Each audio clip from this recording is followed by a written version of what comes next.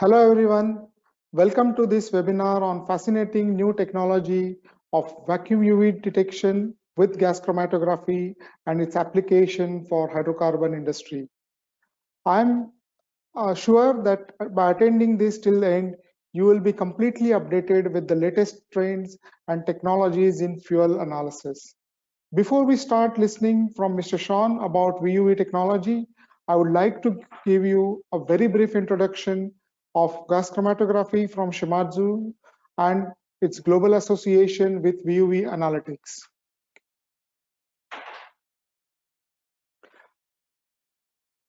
Shimadzu has been providing analytical instruments since 1875. For HPI or hydrocarbon processing industry, we have many products to offer, starting with gas chromatograph, GCs, HPLCs, GCMS, LCMS, mass particle size analysis, surface analysis, TOC analysis, spectroscopy instruments like FTIR, UV, or fluorescence spectrophotometers, thermal analyzers like DSC, TGA, TMA, elemental analysis like atomic absorption, ICP OES, or ICP-MS. We have a complete range of material testing and inspection equipments. Shimadzu had been considered as a trusted brand for gas chromatography system since last 60 years. GC-1A was introduced in 1957, followed by GC-4A in 1966. Model 8A, which was introduced in 1981, is still being requested by many customers even now. GC-2014 was introduced in 2004 and GC-201 Plus in 2009. In 2017, we introduced next generation and new industry standard gas chromatograph GC-2030. Nexis GC-2030, which is a next industry standard, has some unique advantages of superior usability, superior performance, and superior throughput.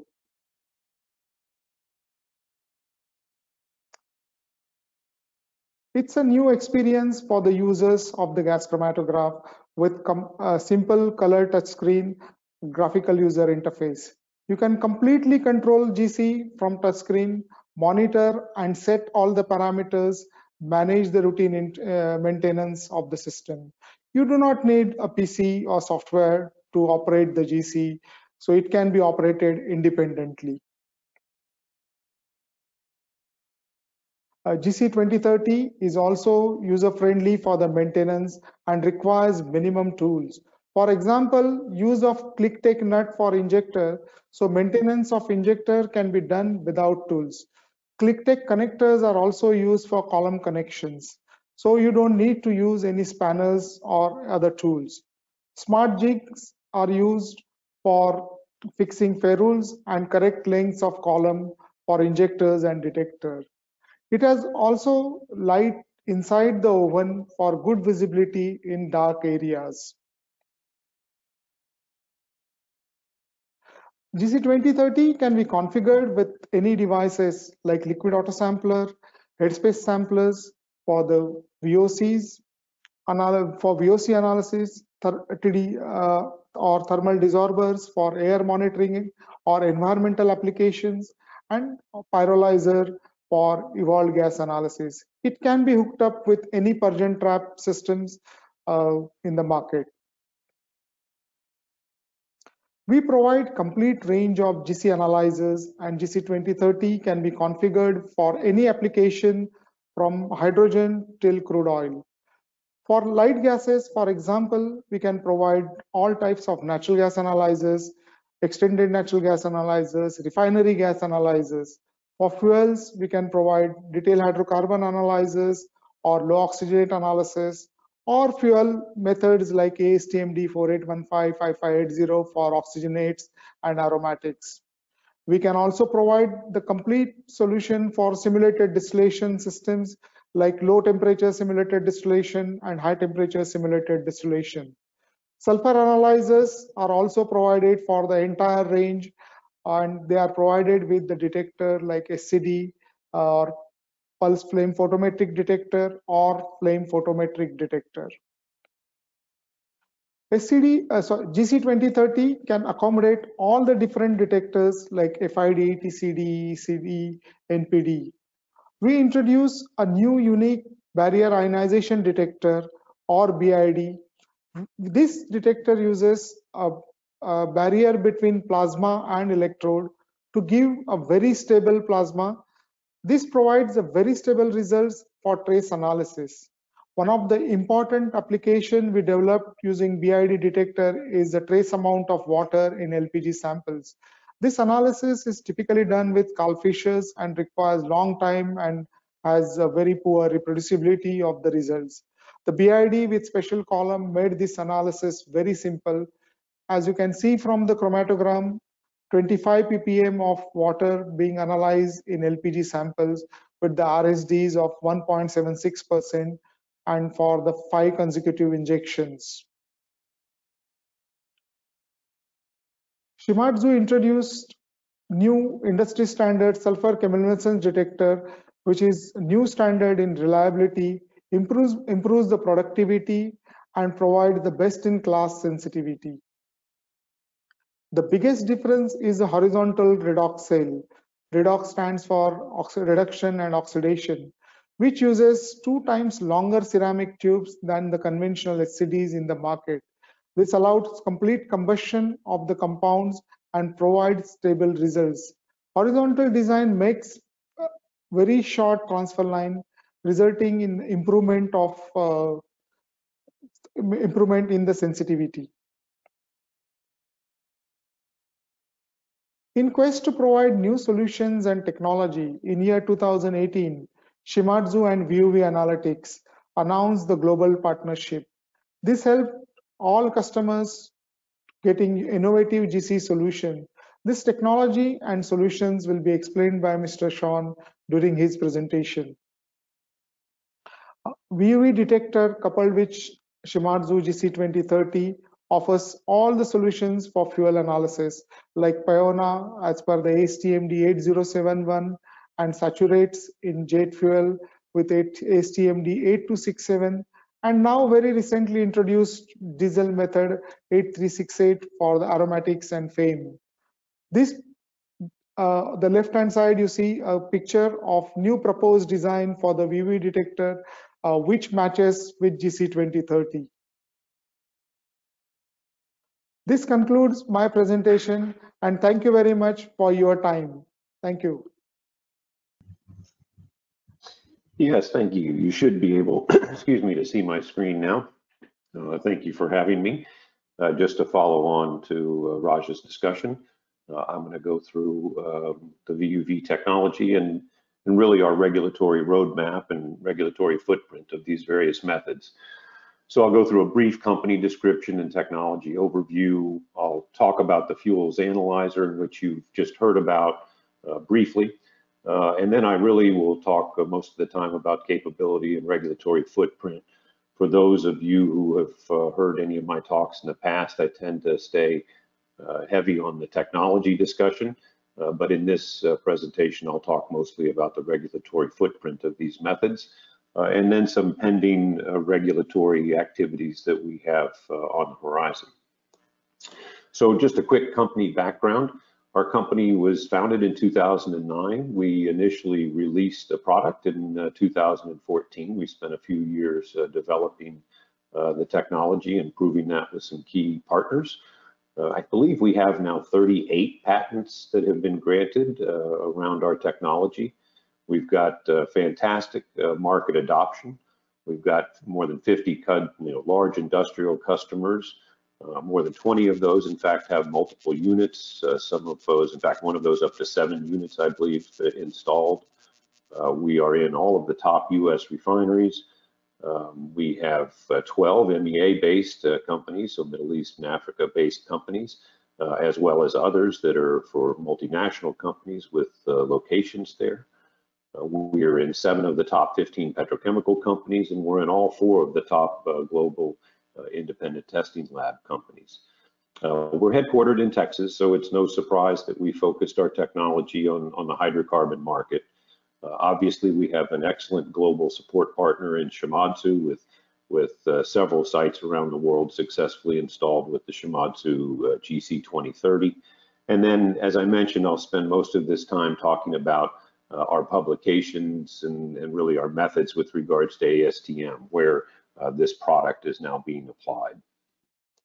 So just a quick technology introduction. Again, I'll try to make this brief, but for anyone who is not familiar with our technology, we're just dealing with absorption spectroscopy, so something that really is, frankly, very, very easy to understand in absorption.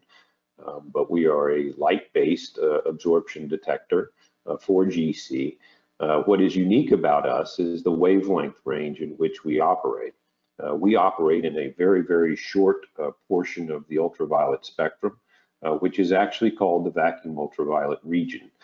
Some of you may be familiar and have heard about UVA or UVB or even perhaps UVC, but really below UVC is kind of where the analytical world stops with regards to instrumentation, because it becomes very difficult to deal down in this region, which is actually called the vacuum ultraviolet region. Our instrument is really highlighted by our measurement, absorption measurements, but we're taking absorption from 125 to 240 nanometers. These are very high energy excitations which are occurring. All the compounds, in fact, it is a universal detector, all the compounds really absorb in this region, conveniently with the exception of these carrier gases, the common carrier gases. So our instrument can be used with any of the common carrier gases. Those, fortunately, are basically invisible to us. The analytes are passed just through an analytical column in your GC into a transfer line in our detector, a heated transfer line into a heated flow cell in our detector. As they're traveling through the flow cell, we use a modified deuterium lamp that has been modified to allow for us to deal in these high energies, or i.e. low wavelengths.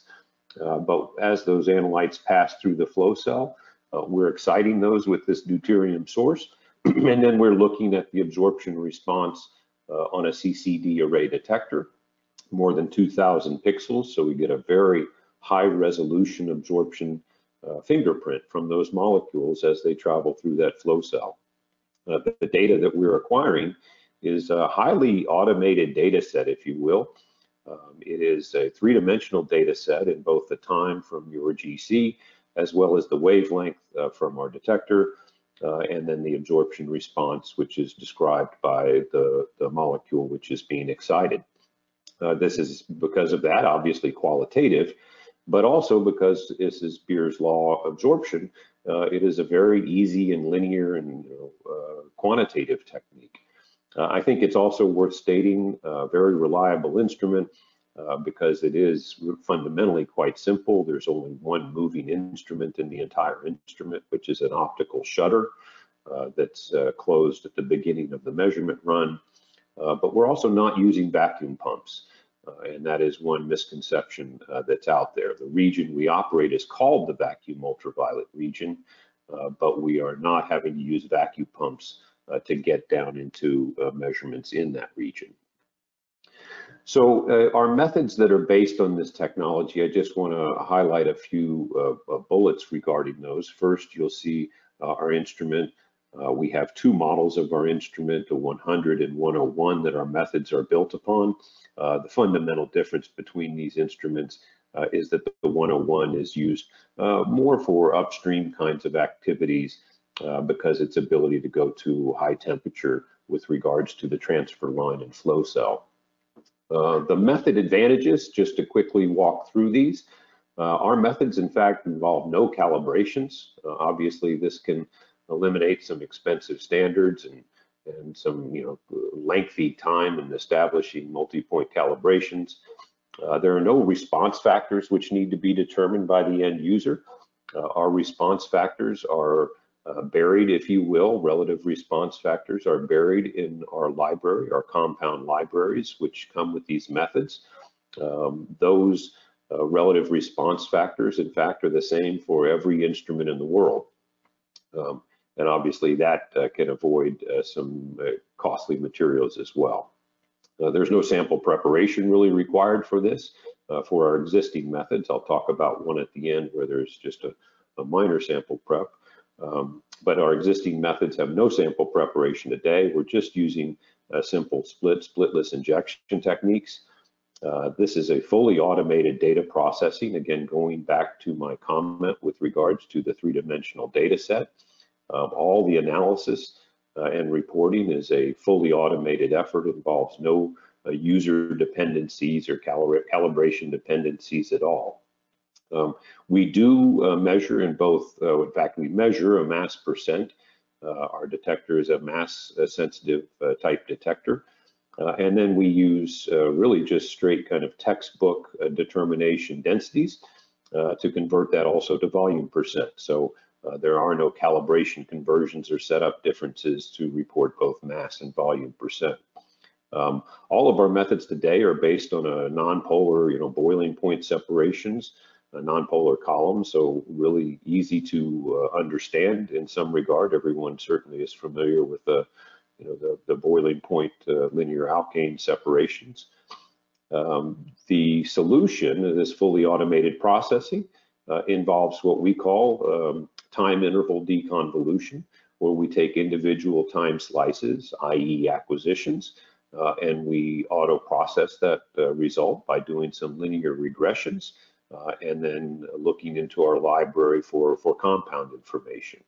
So there are no peak integrations that need to be done, no fixed peak tables that need to be established, any of those kinds of troubles.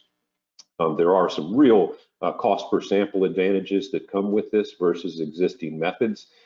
Largely that's because of the processing time and the automated analysis. And then of course there's a certain aspect of that that's impacted by the sample prep. But all of our methods come with all the necessary components. That includes the compound library, the columns, the setup standards, as well as the QC standards to validate the methods. Whoops, excuse me. These methods are based on what we call the analyzer for fuels. So you'll see that there on the right-hand side in that image, and around that you will see some of the HPI applications where we have ASTM methods established.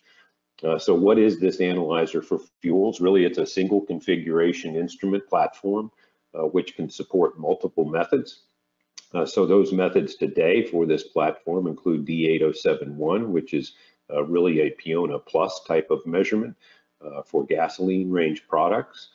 Jet fuel 8267 for the certification of jet fuels. And then this new method D8368, which Raj mentioned, and that is for the characterization and certification of diesel and biodiesel products. Very exciting in that this method requires no a priori knowledge to set up or do anything differently of whether you're running straight run diesels or biodiesel products. This platform does have the ability to combine applications without any hardware, software, or setup changes. So you could have multiple applications set up and installed on a single instrument, which would allow you to easily move between sample types in your auto sampler, for example, again, with no switchover or changes. And that also does provide a very nice kind of built-in backup support for instrument or method redundancy in many of these labs. Additionally, there's one, I think, valuable data point which is lost to a lot of folks, and that is that this is a persistent data set. In many ways, it is a time-stamped electronic signature of your process. It's a fingerprint of your process and can act very much like a retained sample. Because there are no dependencies, whether those are calibration or user dependencies, that electronic file can be stored and post-analyzed, post-processed and analyzed at any time, or could be emailed around the world to other sites, to perhaps an expert for them to look at to facilitate any remote diagnosis or perhaps even an audit trail, if you will. Very valuable aspect of having this automated data set. So first, I will just talk about 8071. Again, this is the gasoline range PIONA application. You can see the description of the ASTM method there on the top. And in the highlighted column, you'll see 8071. And really, it's a very standard GC set of conditions. Nothing scary about that. What is unique is that we are doing this PIONA analysis in basically a 34-minute runtime. And we're just using a single 30-meter column. There's no multi-column, valve, trap, etc. Configurations. Again, it's just a single 30-meter non-polar column that we're using for this analysis. The scope of this method has really been defined by the ILS, the interlaboratory study, which we ran for ASTM. What is represented there on the left are the parameters in which we report. So you can see, obviously, we report the PIONA classes. We also report in 8071 officially methanol, ethanol, as well as the BTEX components. And you'll see that those can be defined, again, by volume or mass percent. What's described there is really what is reported in the ILS report. And the reason that you'll see in some cases mass or volume, or in some case both, like the olefins, is for comparison purposes, comparison and equivalency studies to known techniques. I will point out that the method is certainly capable beyond the ranges that are stated here. For example, I know we have run in the Middle East, in fact, olefin samples up to more than 70% by volume, matching the customer's expectations quite well. But what we do have to do is set some boundaries in our scope, in our method, based on the results of the interlaboratory study. So where samples are available, and this has been fully tested to establish a big R and little r, that is the scope as defined on the screen there. In addition, we did go through very extensive what's called 6708 correlations. So establishing a bias equation, so carefully looking at the referee methods that exist today and have had interlaboratory studies performed on them. And then we take the same set of samples, run those on our instrument, again, where big R and little r already exist. From that data set, you're statistically able to determine the bias, the offsets in our data reporting versus the referee method data reporting. And you can see here those bias equations. I will comment that in our output, file output, or our report, we include both our raw data, if you will, the 8071 results for all of those parameters I showed you on the previous slide, as well as the bias corrected results. So we take that data, run them through those equations you see on the right. And so a customer could easily, for example, with the most recent one that's been added, we can report the equivalent 5769 benzene results. So customers can use our method in a single push button approach and be able to report a fully authorized D5769 benzene or total aromatics results, if you would. And again, all of that data is presented to the end user in our file format or in our report output. So our regulatory footprint for the gasoline range, for this PIONA range, just to let you know that we have full approval for customers to use our method, again, for an equivalency for 5769 for aromatics, 5769 for benzene, as I mentioned, 3606 benzene, 1319 olefins, and the 5599 for the ethanol. Now, we've also gone through the California Air Resource Board equivalencies for the olefins versus the SFC, the 6550 approach, and we are accepted into Environment Canada in equivalency to what is really effectively their DHA. That's called, it's a Canadian method 14.3 for the reporting of the aromatics, benzene, olefins, and oxygen. Ethanol only in this case, and again, that's what is applicable for the Canadian market. So all of those equivalencies are in place, and customers are legally, if you will, allowed to use our results to report any of those parameters. In the jet fuel world, some of you may know that We were qualified and written into the ASTM D1655 jet fuel specification in December of 2019. So maybe not great timing given the COVID events of 2020. Obviously, the jet fuel market fell off a bit of a cliff in 2020. But nevertheless, we are qualified now. Here you will see at the top a description again of the ASTM method.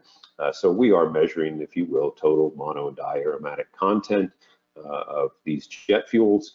Once again, very standard GC conditions that we're talking about here, and runtime of actually even just 14 minutes, so very, very fast runtime for the certification of these fuels. Again, just using that same standard 30-meter non-polar column for this analysis. We went through a quite extensive study, thanks to some of those partners on the left-hand side described there, Department of Defense, Southwest Research, Valero, and others. Very extensive study in our method to prove that we have equivalent results to D1319. In all cases, we fell within the error bar reportings of D1319. And so we are actually now written into the D1655 fuel spec as an equivalent method to D1319 with no bias corrections. So customers can easily switch over from D1319 to the 8267 method. Just for a little bit of highlight of the performance of this, and really illustrates itself in this jet fuel method. I think is to just talk a bit about the results of the ILS and the big R and little r that came out of that.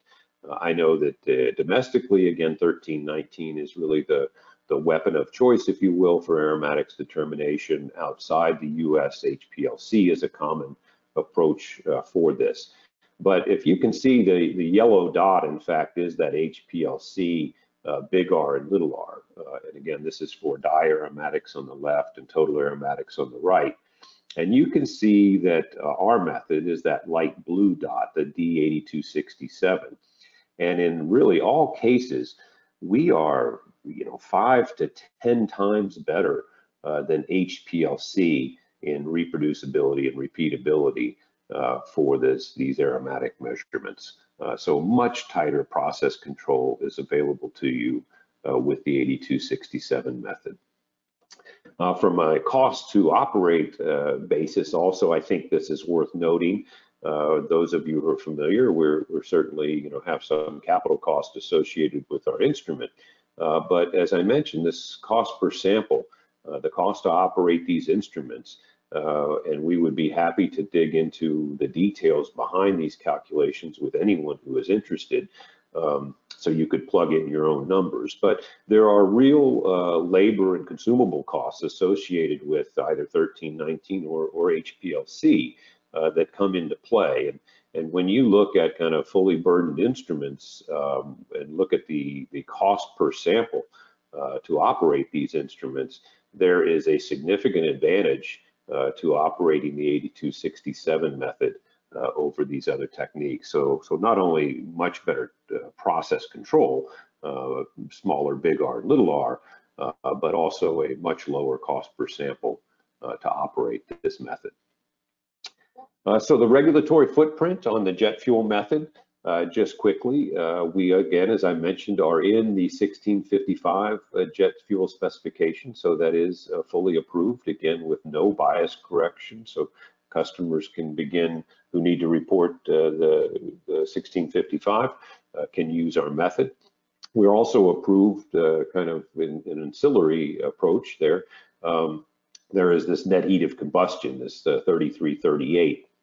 Our technique is approved for use in the calculation of D3338 for the net heat of combustion. We also have received what we believe to be obviously very good news, is that DEF-STAN 9191 is being harmonized with 1655. This would include then the 8267 method. We understand that issue 13 of the DEF-STAN report, or Ballot is going to be issued within, I think, the next month is what we understand. So we will be approved for both at 1655 as well as DEFSTAN 9191 reporting.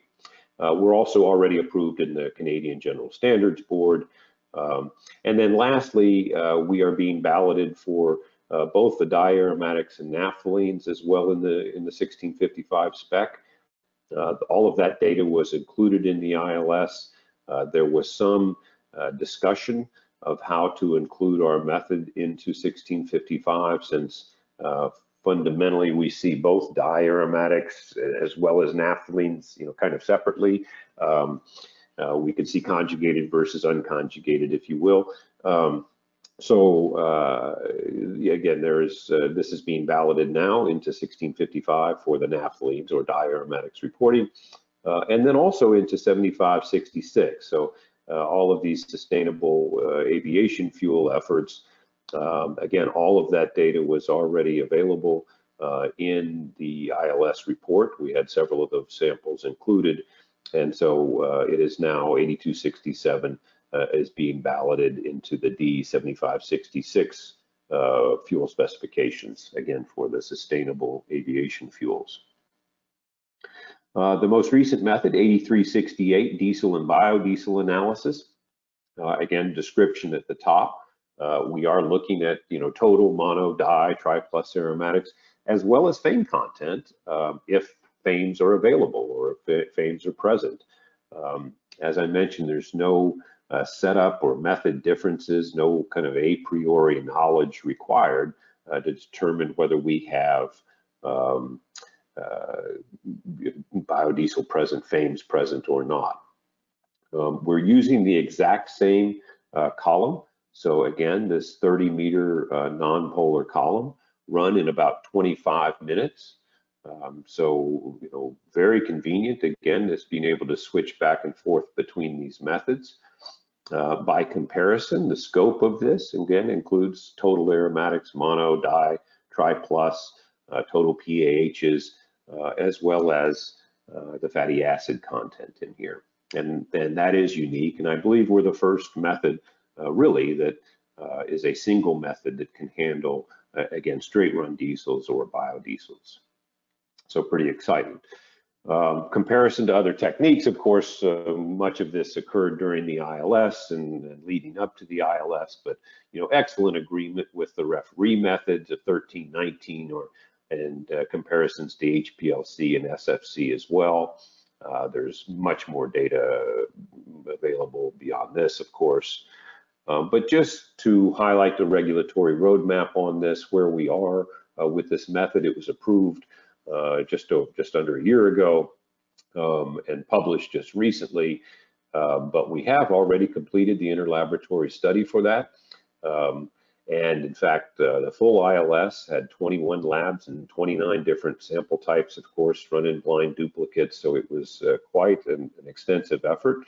It included, several international participants.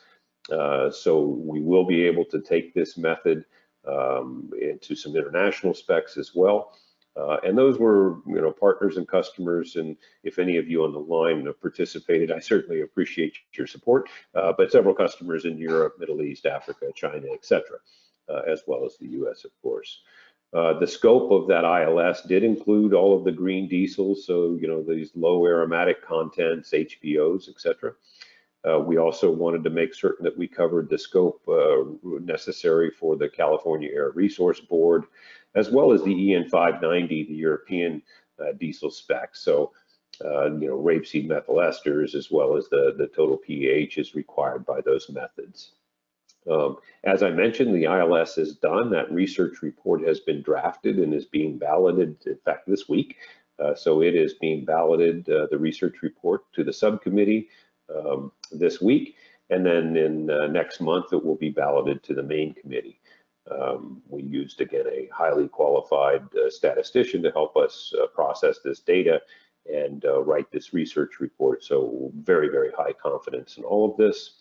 The next steps for VUV with regards to this is, of course, once that research report is approved, this will allow us to ballot this method into the D975 diesel fuel specification, as well as the 7467 biodiesel specification. So same method will be balloted and same research report into both of those methods.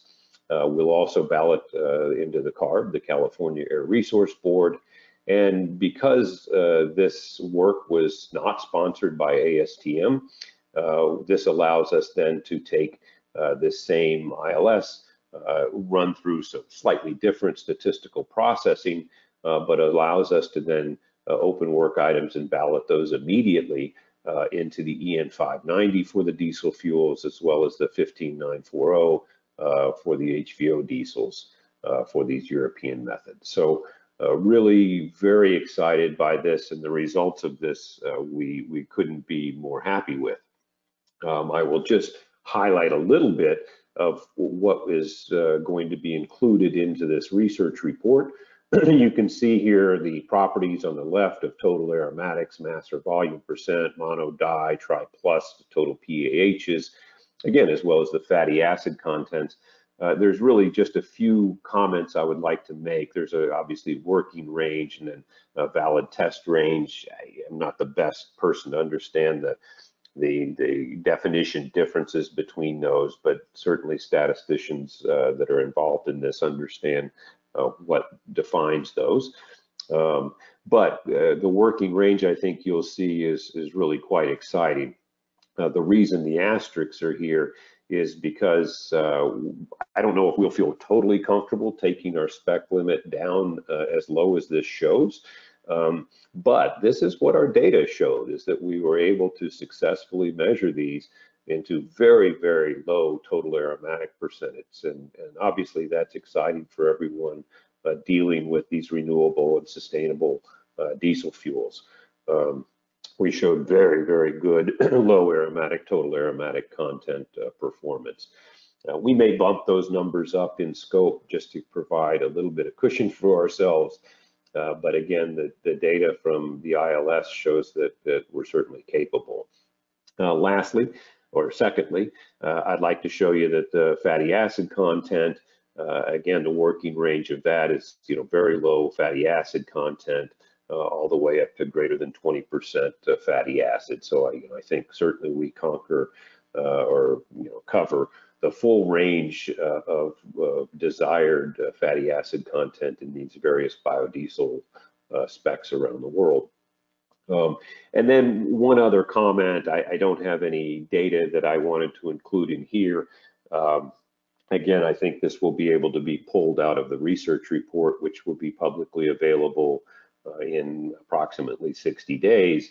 But it does look like for all of these parameters that we're calculating data on, that our method, the big R and little r, was as good or better than any of these referee techniques that are applied out there, whether it's HPLC, FIA, or even the IR with regards to the fatty acid content. So we're quite excited, again, as a single fully automated push button technique with such a broad range in scope, both from a aromatics working range as well as pulling into the fatty acid working range, and then for that to actually meet or exceed in performance all of the referee techniques. For us, that has been quite exciting results. Lastly, I'll talk with regards to our published methods. Another method which was, again, just recently approved over the last year and then published just recently, and that is D8369, which is what we call verified hydrocarbon analysis. This is, if you will, our version of DHA. Again, the benefits from our perspective of this method versus existing techniques is that it's the same hardware and software as the fuels analyzer platform. Again, it has this three-dimensional data set with the ability to spectrally verify compounds. So we're not doing just a retention-based identification.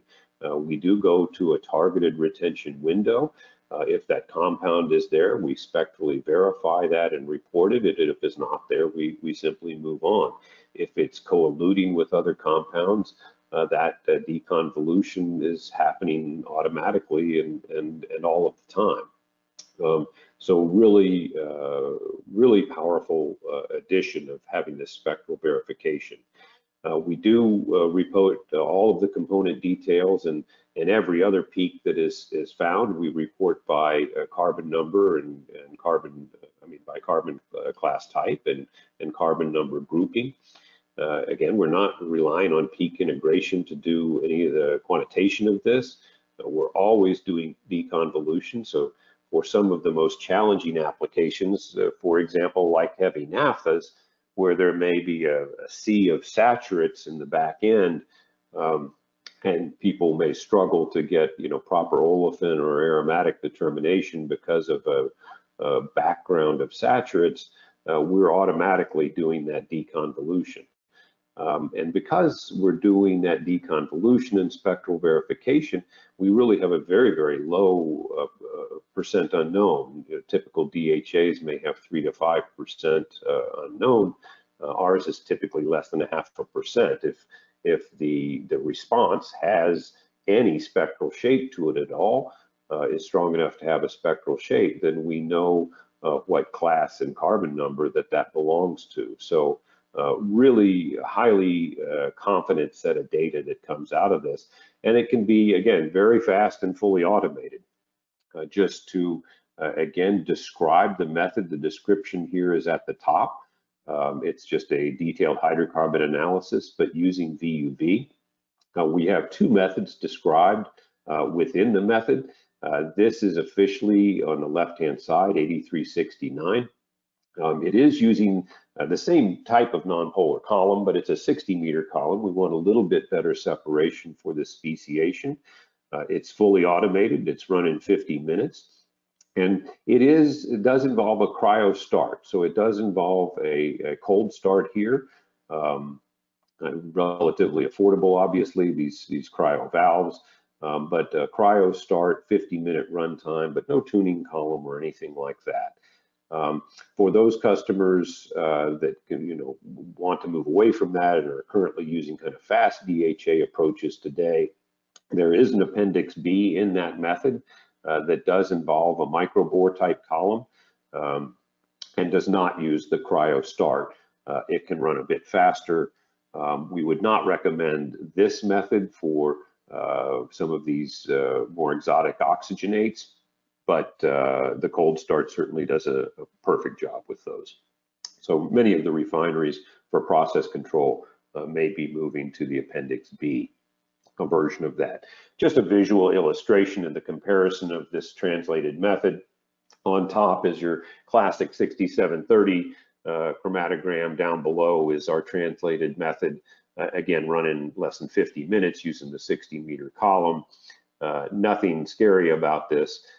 There are a few additional coelutions, of course, but as I mentioned, we're not bothered by the coelutions, and nor do we need a tuning column, because we're automatically doing deconvolution. And again, whether that deconvolution is being done on kind of the critical pairs, which are usually assessed and corrected with a tuning column, or whether those deconvolutions are being done in the back end, where there may be saturated isomers, a sea of those, which can be problematic. All of that deconvolution happens at every time slice. So our method, again, really comes ready with various templates. And we expect that these templates would be modified by the customers.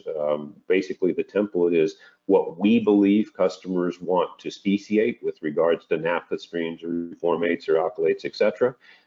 But customers can easily on site modify that, add or remove certain speciation components, and then lock that, and then it becomes a fully automated method. And we do, in fact, have these operating full limbs to limbs integration with really no operator involvement at all, collecting DHA type data in every half an hour at a customer site. So quite exciting, and I think will be really a game changer with regards to detailed hydrocarbon analysis. Lastly, I just want to spend a couple minutes where I know some questions will exist, with regards to pending ballot activities, excuse me, or some of the development activity we have going on. The first question that we always get from folks, particularly in this portion of the world, region of the world, is what about the EN228 alternatives? Obviously, there are a host of various oxygenates, alcohols, and ethers that people would like to see measured. So we do have a current method draft that's been posted into this work group 9 for comments now. It is there now, again, receiving comments. This method does utilize a modified version of 8071, so we're still using the same column, but we are using, again, this cryo cold start.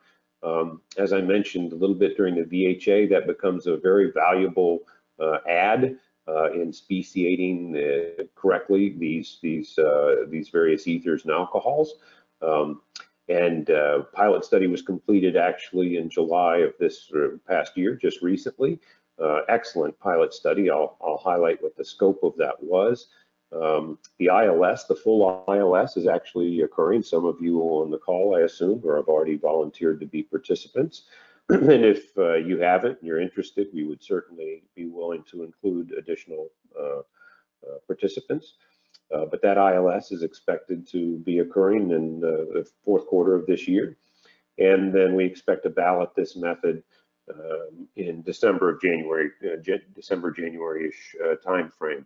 Again, the scope as included above, picking up not just the ethanol, methanol, but as well as the kind of 4 key ethers and then total oxygen as well.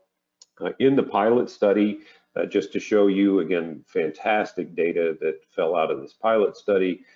We not only included, some of those, the primary constituent, the ethers above, the MTBE and ETBE, but also some of these minor oxygenates to prove that we have applicability there.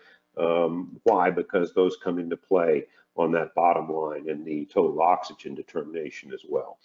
So we have to have some ability to handle those in some select parts of the world where those are used. So that's just a brief update on that.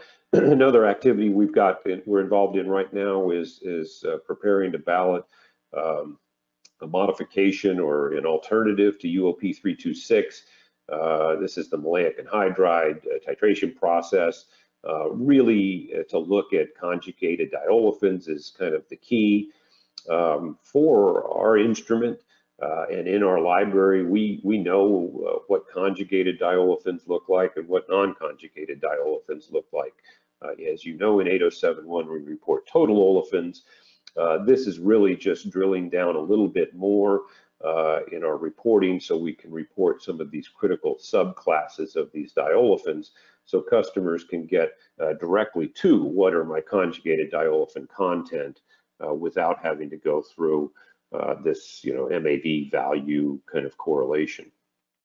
And the last, the most exciting thing that we're really working on right now, and this is being developed into a method, I think we'll be the first really to ballot any kind of pyrolysis oil methods. Obviously, in the world of recycled plastics right now, most customers are doing kind of a normal crude oil type of analysis, doing a high temp sim disk, and then kind of the front end DHA, and then merging those routines. But to try and get some understanding of and characterize their pyrolysis oils. But frankly, there's not really good molecular understanding that occurs that you were able to pull out of the sim disk. And then even the front end, the DHA analysis that you may be performing on that, customers may be performing on that, suffers from all of the other things we talked about with regards to DHA.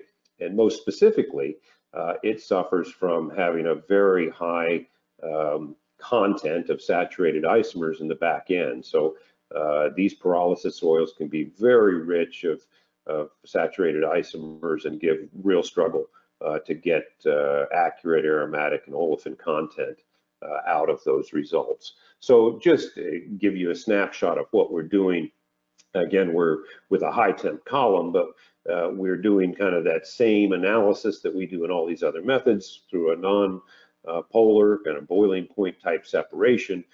we are able to go through those chromatoblobs, as I would call them, and by time slice solve for the components, whether those are what's the saturate profile or the olefinic profile, or what's my aromatic profile by boiling point of these, with particular attention, of course, into some of these conjugated dienes that folks are interested in that can be especially problematic for these streams. So as I mentioned, we're developing a method now. We would take all research participants to work with us on this. We love looking at samples, but we'll be writing this into Ballot draft, opening a work item to begin to ballot a kind of hydrocarbon profiling of pyrolysis oils and start that process at ASTM.